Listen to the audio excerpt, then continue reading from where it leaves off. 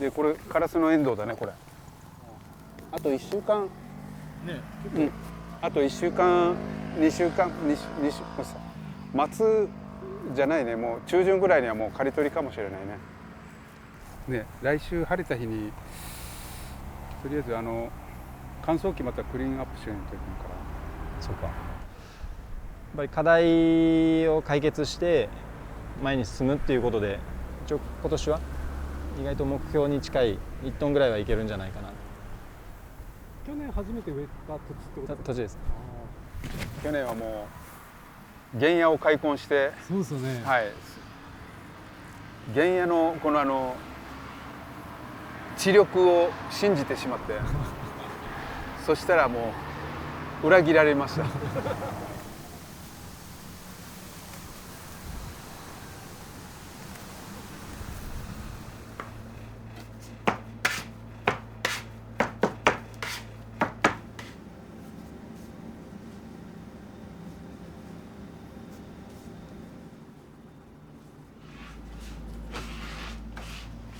そうですね、僕、立ち上げの時から使わせてもらって、それこそ10年前ぐらい。最初はなかなかすごい安定しなくて、でも今はもう結構安定されて、もう努力もあってなんですけど、沖縄の素材で焼けるっていうのは考えたこともなかったんで、パン作りができるっていうのは、それだけでも感謝ですよね。かなさんなんですけど、酵素活性がすごい強い感じしますね。どのパンにも 2% ぐらい入ってる？だいたい 2% ずつぐらい入れてます。多いのです。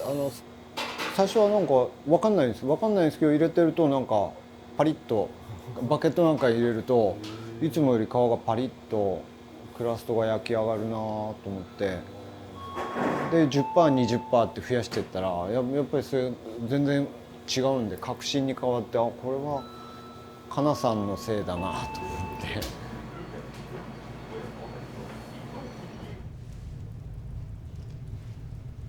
カントリーブレッド、これもその県産小麦の全粒粉使ってます。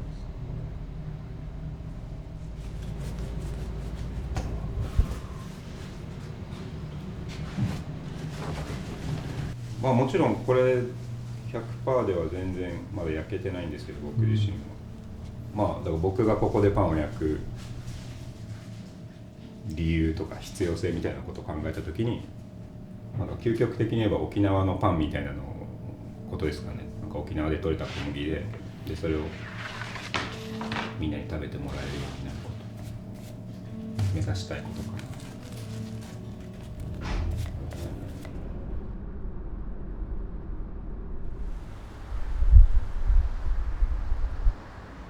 綺麗ですね。うん。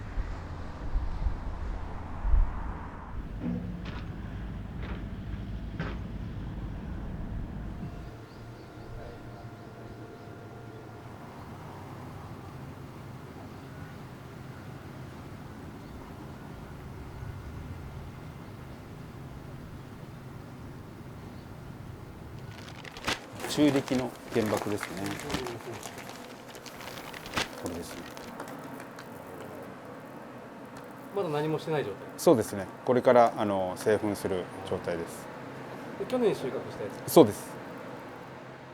今日はちょっと製粉するんだけど、10キロの注文が入ったので、今もう1回目はこう製粉して、2回目ですね。1回粗めに製粉して、今度このダイヤルをマックスで絞って細かく次は製粉します。はい、うちはそれ2回2度引きって言ってるんですけど、2度引きで製粉してます。なんで2度引きですか？やっぱ1回でやると白粉があまり取れないんですよ。この白い粉がやっぱり少ないんですよね、量が。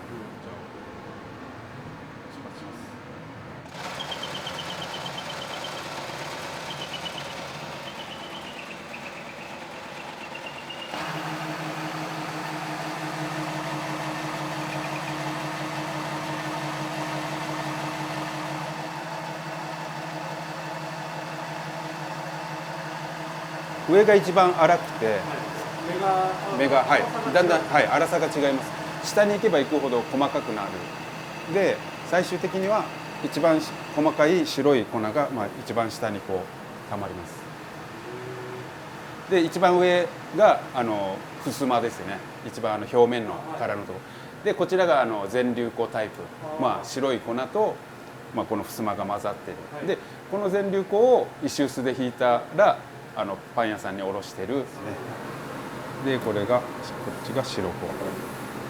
今10キロで2回目じゃないですか、はい、そうするとこの白い粉が何キロぐらい？これが2キロぐらい、2キロか2.5キロぐらいだと思います。貴重ですね。貴重です。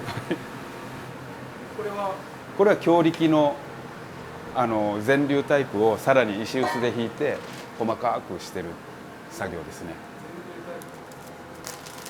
全粒タイプですね。まあちょっとまだ粗いんですよね、この粒が。でそれをもうさらにこの石臼で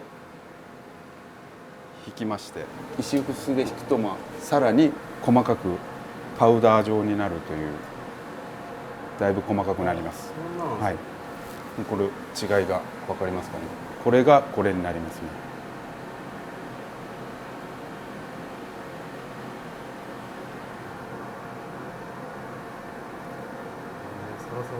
サラサラになりますね。そうですね。ゆっくり1日5キロぐらいしか作れなくて。1日5キロですか？はい。だからもう常に回して注文に対応できるように回してます。まあもっと大きい機械があればもっと生産力上がるんですけど、まあうちの資金力ではもう今これがマックスなので私自身もまあこの仕事5年ぐらいですか。まあ最初の頃は大変でした。もうやっぱり沖縄って湿気が夏とか湿気がすごいので、まあ、結露したりとかやっぱり機械が熱持って畑も同時に進行で始めているので、もう本当に経験がないので、もう手探りで両方とも手探りです。もういろいろな人たちからアドバイスもらいながらやってます。去年はすごいなんか最後の台風で甲状潜水帯でしたっけ、なんかすごい雨が多くて土の中にある雑草の種が目覚めちゃって、もう小麦よりも雑草の方が生えちゃって一回また植え直ししたんですよ、12月に。はい、毎年学び、日々学びです。うるま市のまあ補助金が使えるってことになって、それで3年前にここに新しく製粉所と倉庫を立ち上げて、ここで運営してるんですよ。でその際にやっぱりもうこの機械も最初はもうどうやって使っていいか分からなくてでまあ設置した業者さんにこうやって使うんだよって教えてもらって、はい。なかったですね。全部手作業でやってました。もうそうすごかったですよ。もうざるにもう全部小麦の種、雑草の種とか全部取ってやってましたよ。この島麦かなさんを広めるためにやっぱりやるしかないのでもうやってましたよ。はい。ちなみにここが保管庫になるんですか？そうです。撮影しても大丈夫ですか？あ、大丈夫ですよ。これが強力粉の襖ですね。襖だけ。はい、襖だけ。これはまあピザ屋さんがよく。どのぐらいの数の付き合いの相手がいるんですか？50店舗ぐらいはあると思います。じゃあこれはどこに保存してるんですか？これは隣の冷蔵庫に。あ、そうなんですね。はい。結構その保管がネックだって北海道の農家さん言ってるので、はい。場所が必要だって。そうですね。収穫したものをまた今度は販売していかないとそこの倉庫が開かないので、だからもう販売と製粉と小麦を作るのとも全部が重なって回っていかないと運営できないという感じですね。今は年間6.5、去年は 6.5 トンぐらいでしたかね。まあ今年はまあ7トンあたり目指してるんですけど。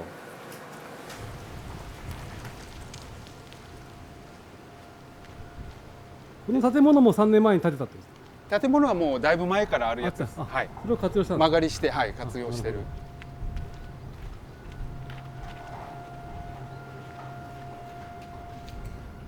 ここが倉庫になります。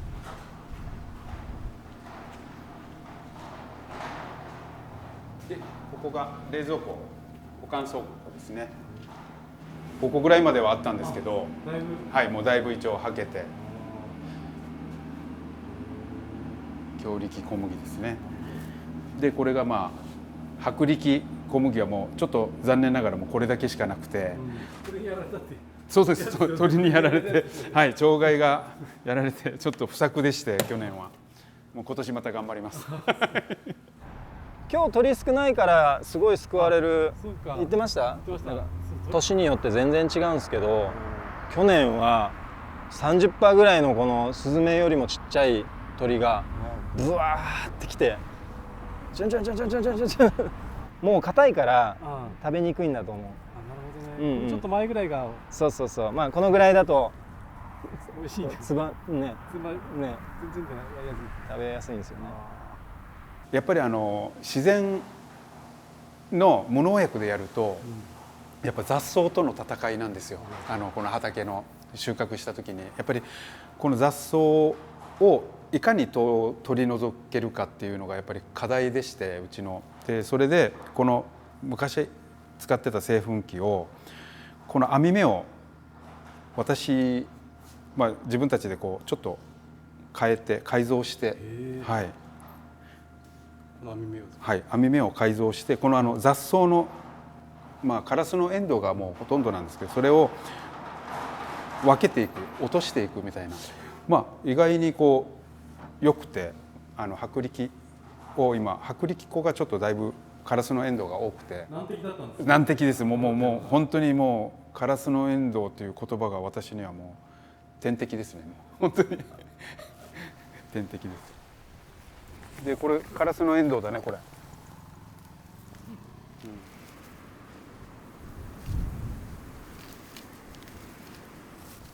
どのぐらい手入れしに来るんですか？手入れは一月に一遍来るかな。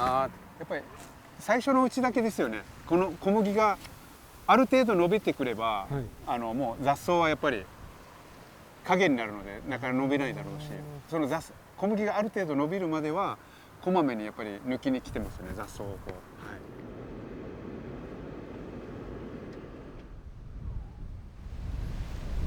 すごい全然違いますね。こっちはもう12月頃に植えた小麦です。沖縄の畑はもう2000坪とかそういうところがもう点在してるので、やっぱりそこにまたトラクターをトラックに積んで移動しなきゃいけないので、やっぱりこのサイズが一番扱いやすいというか使いやすい。もう北海道みたいなすっごい大きなトラクターはもう沖縄には向いてないですよね。土の種類も全然違う。そうですね。土の種類も違います。腐葉土がないというか、葉っぱがこう散らないじゃないですか。なのでもう土質がまず違うんですよね。粘土質というか、そこを開墾して畑にしていくっていう、長い道のりなんですけど、これから沖縄の麦畑がもしかすると広がっていく可能性はありますよね。沖縄のこの年配の人からの小さい頃の思い出話聞くと、やっぱり戦前までは麦が植わっていて自分たちで麦収穫してそれで食べたっていうことはよく話が聞かされるので、実際は戦後こう沖縄が復興していく中でサトウキビ畑とかいろいろな作物に代用されて変換されてこう麦がなくなっていったっていうのは実際ありますよね。自分たちはもう一度見つめ直して地産地消で麺が作れないかなっていうところが、この沖縄の麦の始まりなんですけどね。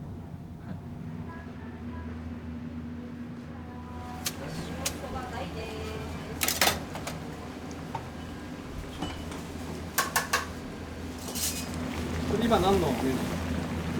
これがジゴナ麺で、これが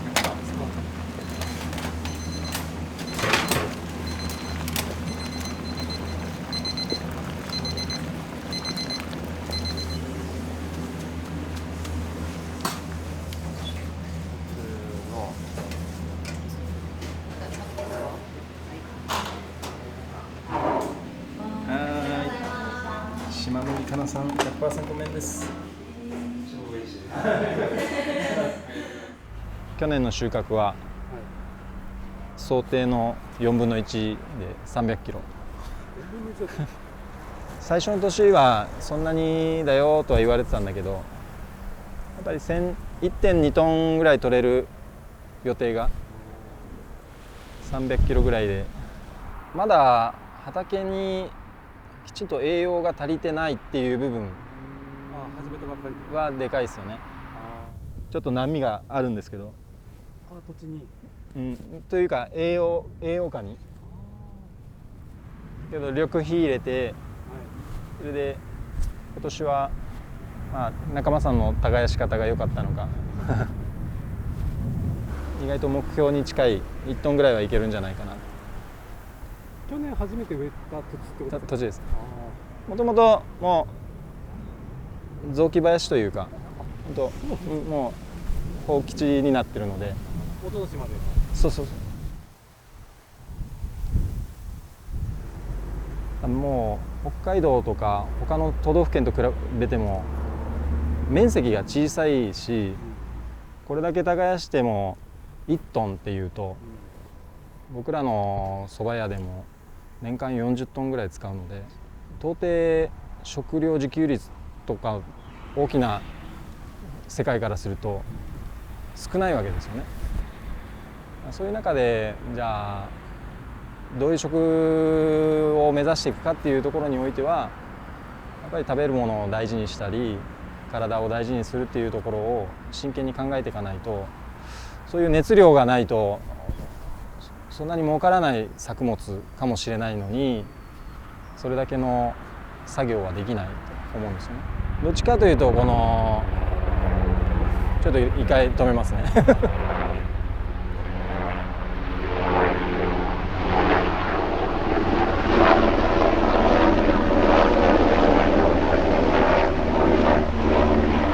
この土地はもともと飛行場跡地、読谷村 97% が基地だったんですね。でそこからどんどん基地が返還されていくんですけど、今飛行機とかも米軍ってことですか？そうですね。まだ返還されてないところがある。まあそれはもう嘉手納基地がそこにあるんで、もう縦横無尽にそうだったんですね。そうですね。この読谷村の資料館、歴史民族資料館の前の館長さんとかは、遺跡から麦が出てきてたよとか、昔は麦が普通に植えられてて、それを石臼でひいて食べてたということは実際はあったみたいですね。こういう年寄りの話も聞いても、お年寄りの話聞いても団子にしてたって言いますね。例えば戦後こうトラックにメリケン粉の袋がいっぱいこう積まれて配給しているところをずるってどさって落ちるんですって。それをね取りに行ってこうでそれで団子を作って食べたと。もちろん虫も湧いてるから、このでっかい新芽鍋っていうんだけど、鍋で沸かして上澄みにね虫がいっぱい浮いてくるのをさーっとこうすくって、それで食べたっていうぐらい戦後のこの復興のリアルさっていうか、とにかく腹を満たすために小麦粉を食べてたっていうのはよく聞きますよね。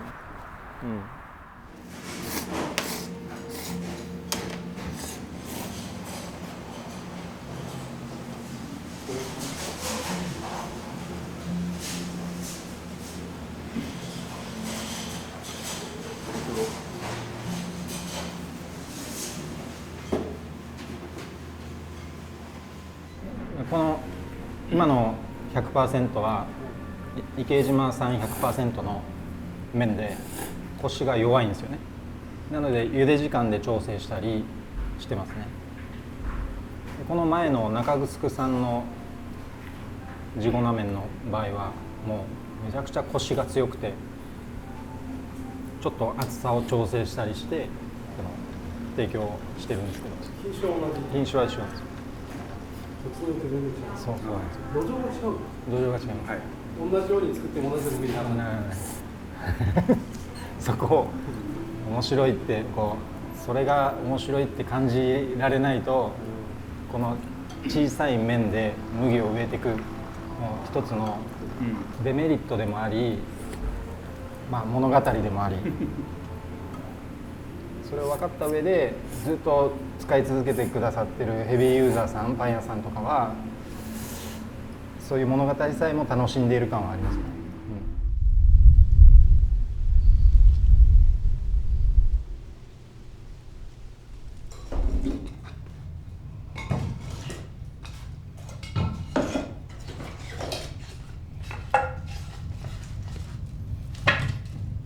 僕はオープン当初から使ってます。毎年やっぱ全然違いますね。取れたての頃はやっぱ一番エネルギーがあるっていうか、もう大変ですねはい、パンの型からわってもうモリモリにあっという間になっちゃったりとかする日もあるし、小さい島だし多分その時の気象条件とか作る畑によって違うのはまあ当然のことなんで、それはでもまあ近い距離でやっぱ育てて製粉してもらってるから良さでもあると思いますね、その均一じゃないことが。